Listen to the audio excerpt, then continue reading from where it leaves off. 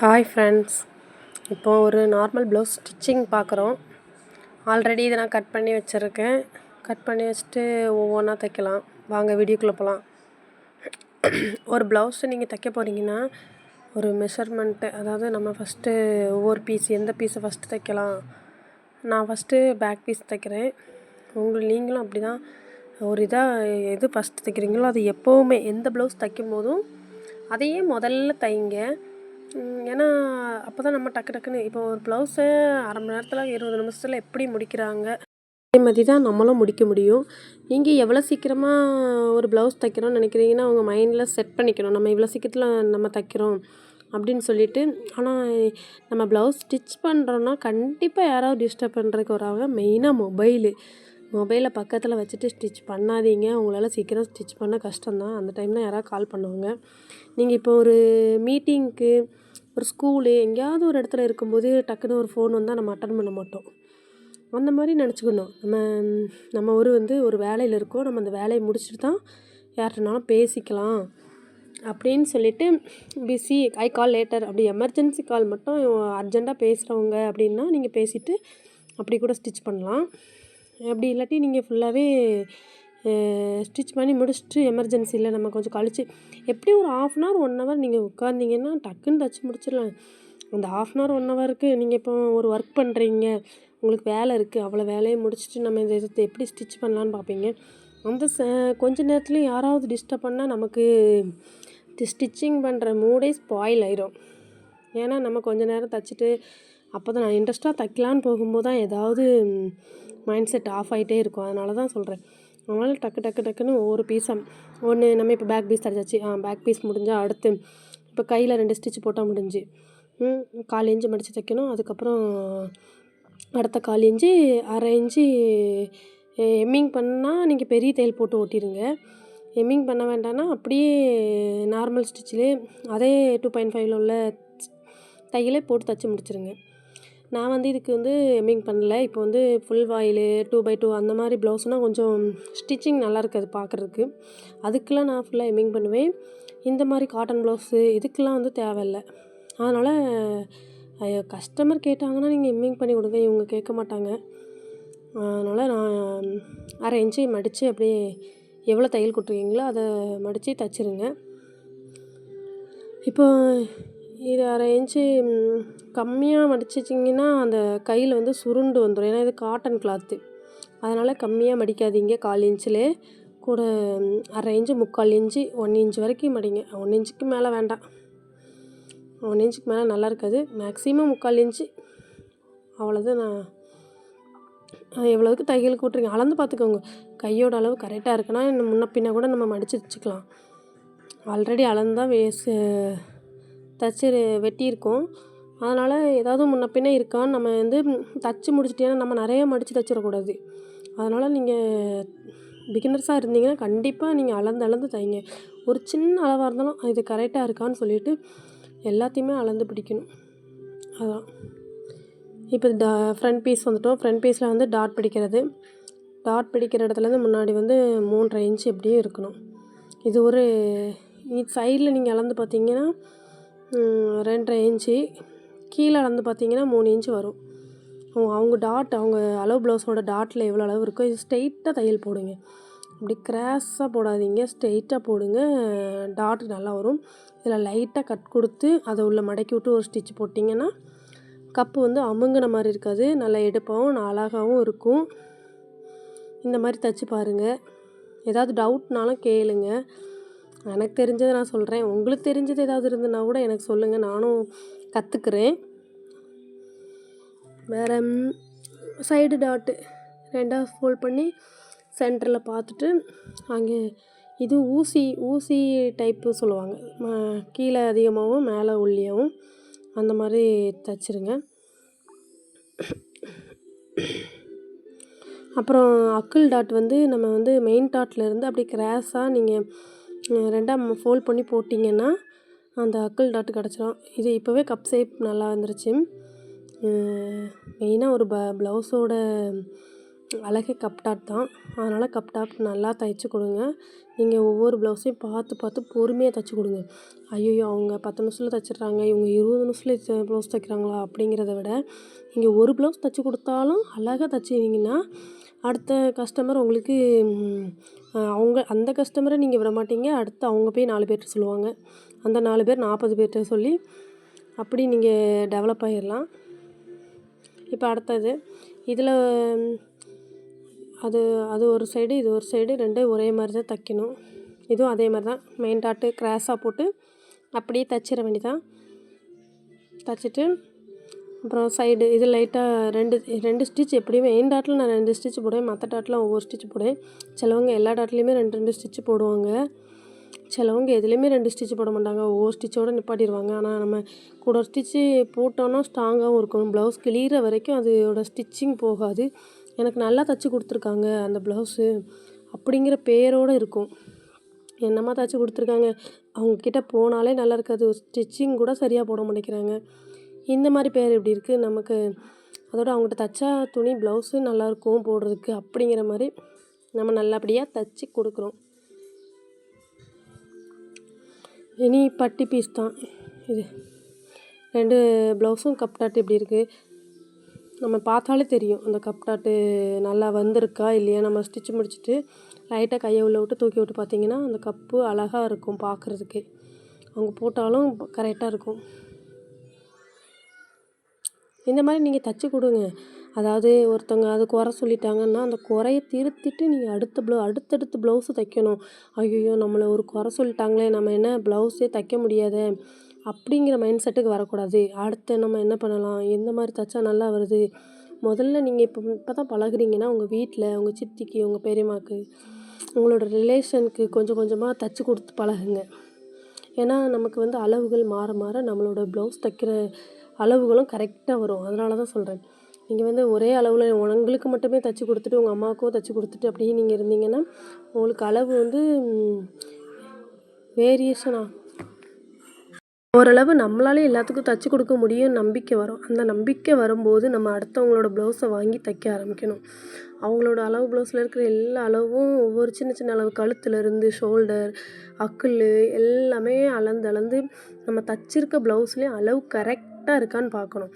நீங்கள் ஒவ்வொரு சின்ன சின்ன அளவு கரெக்டாக இருக்குதுன்னு வச்சுக்கோங்க, நீங்கள் தான் கிங் இல்லை சாரி குயினு.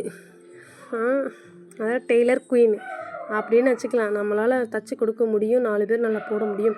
அவங்கக்கிட்ட ஒரு சின்ன மிஸ்டேக் இருக்குதுன்னு சொல்கிறாங்கன்னா அப்போ நம்ம இவங்கக்கிட்ட என்ன மிஸ்டேக் வருது, அப்போ இந்த மிஸ்டேக்கை நம்ம எந்த மாதிரி பார்க்கலாம் அப்படின்னு சொல்லி அந்த மிஸ்டேக் எதனால் வருது, அது எதனால் நம்ம திருத்த முடியும், அந்த மாதிரி இதையும் பார்த்துக்கிடணும்.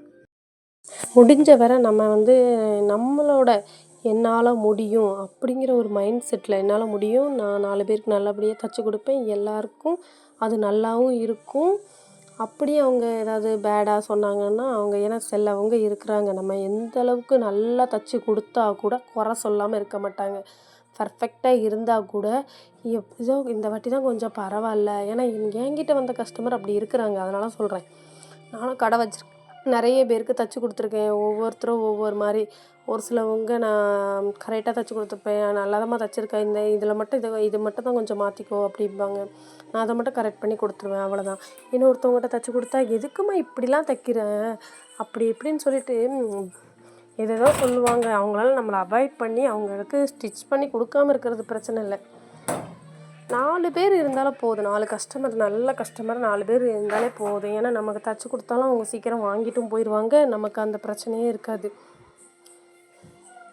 பட்டி ஜாயின் பண்ணுறது தனியாக நான் ஏதாவது ஒரு இதில் போடுறேன். ஏன்னா நான் பட்டி ஜாயின் பண்ணுறது டிஃப்ரெண்ட்டாக ஜாயின் பண்ணுவேன், நீட்டாக ஃபினிஷிங் நல்லாயிருக்கும். என்னோடய ஃபினிஷிங்கே அந்த பட்டி ஜாயினிங் தான் தூக்கி கொடுக்கும். டபுள் ஸ்டிச்சு போட்டு தைச்சிருப்பேன். இதில் உங்களுக்கு பாருங்கள் தெரியுதான்ட்டு ஜாயினிங், ஏன்னா பிசிறு இல்லாமல் தைச்சிருப்பேன். பார்க்க லுக்காகவும் இருக்கும், அழகாகவும் இருக்கும். பட்டி துணி நீங்கள் ஜாயின் பண்ணுறீங்கன்னா நடுவில் ஒரு கிளாத் கொடுத்தே ஜாயின் பண்ணுங்கள். ஏன்னா பட்டி கிளாத்தில் நம்ம ஸ்டிப்பாக நிற்கலைன்னா அது சுருண்டுக்கிட்டு வரும். அது நான் ஒரு டைம் பட்டி கிளாத் இல்லாமல் தைச்சி கொடுத்த ஒரு கஸ்டமர்கிட்ட. அடுத்த டைம் எனக்கு அது அளவு ப்ளவுஸ் கொடுத்தாங்க. அது பார்க்கும்போது ஐயோ நம்ம உள்ள ஒரு கிளாத் கொடுத்தோம் இல்லையே அப்படிங்கிற மாதிரி ஆயிடுச்சு. அதனால் நீங்களும் பட்டி கிளாத்து கண்டிப்பாக ஏதாவது ஒரு கிளாத் வேஸ்ட் கிளாத் இல்லாமல் இருக்காது. இல்லாட்டி லைனிங்கே கூட எக்ஸ்ட்ரா இருந்துச்சுன்னா அதிலே எடுத்துருங்க. ஏன்னா ப்ளவுஸ் இப்போ லைனிங் ப்ளவுஸில் வந்து கண்டிப்பாக கிடைக்கும். இப்போ நார்மல் ப்ளவுஸ் கிடைக்கிறது கொஞ்சம் கஷ்டம். இருந்துச்சுன்னா போடாமல் தைக்காதீங்க. ஏன்னா நம்ம சுடி ஏதாவது தைச்சோன்னா கண்டிப்பாக எக்ஸ்ட்ரா கிளாத் வரும். அதெல்லாம் தூக்கி வீசிடாதீங்க. நான் அந்த மாதிரி தான் கிளாத்து எப்படி ஒரு பை ஃபுல்லாக வச்சுருக்கேன். ஒரு கம்பு பை ஃபுல்லாக எனக்கு பழைய கிளாத்து நான் எடுத்து வச்சுருக்கேன். அதைத்தான் தைப்பேன். முடிஞ்ச வரைக்கும் உங்களால் ப்ளவுஸு நல்லா தைக்க முடியுதோ இல்லையோ உங்களுக்காவது நல்லா தைச்சி பழகிக்கோங்கன்னு சொல்லுவேன். ஏன்னா இப்போ உள்ள டெய்லர்ஸு நிறைய பேர் அவங்களுக்கு ஃபிட்டிங்காகவும் நல்லாவும் தைச்சி கொடுக்க மாட்டேங்கிறாங்கன்னு நிறைய கம்ப்ளைண்ட்டு. நான் இருக்கிற ஏரியாவே இங்கே சுற்றி எல்லா பக்கமும் தைச்சி பார்த்துட்டு என்கிட்ட வர்றாங்க, சொல்கிறாங்க இங்கே யாருமே நல்லாவே தைச்சி கொடுக்க மாட்டேங்கிறாங்கன்ட்டு. அதனால தான் நான் சொல்கிறேன், நம்மளாவது எங்கள் அம்மா எனக்கு என்ன சொன்னதுன்னா, ஒரு அம்மாவும் எந்த அளவுக்கு இருப்பாங்க அந்த மாதிரி தான் எங்கள் அம்மா, நீ வந்து அடுத்தவங்களுக்கு தைச்சி கொடுக்க வேண்டாமா, உனக்கு பழகிக்கோ, நம்ம வீட்டில் உள்ளவங்களுக்கு தைச்சிக்கோ. நான் இன்றைக்கின்னா நாளைக்கு ஒரு ஃபங்க்ஷன்னா நான் நைட்டே உட்காந்து என்னோடய ப்ளவுஸை நான் ஸ்டிச் பண்ணிடுவேன். நான் போட்டு பார்த்து 1008 வாட்டி போட்டு பார்த்துட்டு 1008 கரெக்ஷன் இருந்தாலும் அந்த டைம் நான் பண்ணிக்கலாம். இது நான் வெளியில் போயிருந்தேன்னா என்ன ஆகும், நான் எங்கே போய் தைக்கிறது, எங்கே போய் அதை ஆல்ட்ரு பண்ணுறது, எல்லாத்துக்கும் சிரமம். அதனால் உங்களால் அடுத்தவங்களுக்கு தைக்க முடியுமோ இல்லையோ உங்களுக்காக தைக்கிறதுக்கு பழகிக்கோங்க. முடிஞ்ச வரைக்கும் நீங்கள் நல்லா உங்களுக்கு தைச்சிட்டிங்கன்னு வச்சுக்கோங்க, அடுத்தடுத்து உங்கள் வீட்டில் உள்ளவங்களுக்கு தைங்க. பிஸ்னஸ் ஆரம்பிக்கணும்னா ஆரம்பிங்க, இல்லாட்டி உங்களால் முடிஞ்சது உங்களுக்கு மாடலாக நீங்கள் உங்களுக்கு பிடிச்ச மாடலில் பிடிச்ச ஸ்டைலில் எப்படியோ அழகாக தைச்சி நீங்கள் பெரிய டெய்லராக ஆகிடலாம். மோட்டிவேஷன் இப்போ என்ன ரீசெண்டாக யூடியூப்பில் வீடியோ இந்த சரண்யா அவங்களும் அவங்க வந்து படம் எடுக்கிறாங்க, படம் நடித்து நிறைய படம் நடிச்சிருக்காங்க. அது அவங்களே ஒரு பெரிய டெய்லருன்னு என்ன ஷாக்கிங்காக இருக்குது பார்க்குறதுக்கு. அவ்வளோ பெரிய ஆக்டர்ஸுங்களே அவங்க ஸ்டிச்சிங்கில் அவ்வளோ இதாக இருக்கிறாங்க. என்னென்னா அவங்களோட ட்ரெஸ்ஸை நான் நல்லபடியாக தைச்சி போட்டுக்குவேங்கிற ஒரு மைண்டிங். நம்மளும் அப்படி தான் தோணுச்சு. அவங்களே அந்தளவுக்கு அவங்க அவ்வளோ பிஸி டைம்லேயே அவங்க தைச்சி போடுறாங்க. அப்படி இருக்கும்போது நம்மளெல்லாம் எவ்வளவு. அதனால் பிரச்சனையே இல்லை. நீங்கள் எதையும் பற்றியும் நினைக்காம நீங்கள் உண்டு, உங்கள் வேலை உண்டு, அவ்வளோதான். யாராவது எதை சொன்னாலும் இந்த காதில் வாங்கியதை அந்த காதில் தள்ளு, அவ்வளோதான். மெயின் பாயிண்ட் அதான். நீங்கள் ஃபுல்லாக முழுசாக யார் என்ன சொன்னாலும் எனக்கெலாம் இப்போ நான் இந்த மாதிரி இருக்கேன். முன்னாடிலாம் அப்படி இல்லை. யாராவது தான் சொன்னேன், என் மைண்டுக்குள்ளே அதையே ஓடிட்டுருக்கும். ஐயோ நம்மளை வச்சு இப்படி சொல்கிறாங்களே, நமக்கு இந்த மாதிரி பேசிட்டாங்களே அப்படின்லாம் நான் ரொம்ப நாள் ஃபீல் பண்ணியிருக்கேன். இப்போ ஆனால் அந்த ஃபீலிங்லாம் இல்லை. ஏன்னா வெளியில் போய் பழகினதுல தான் புரியுது, நம்ம வந்து வாழ்க்கையை கடந்து போக போக தான் ஒவ்வொரு இதுவும் இருக்கும்.